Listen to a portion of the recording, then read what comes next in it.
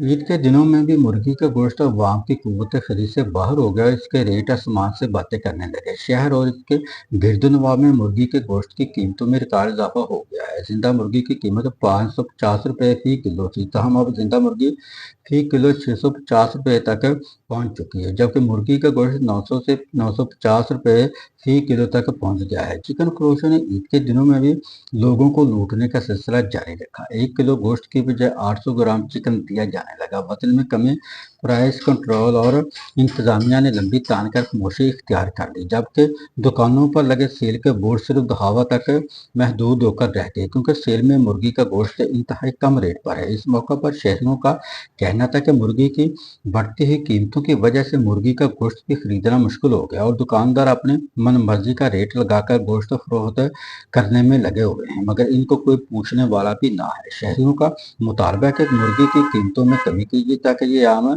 आदमी भी खरीद सके। कैमरा टीम के साथ वाश न्यूज, फैसलाबाद।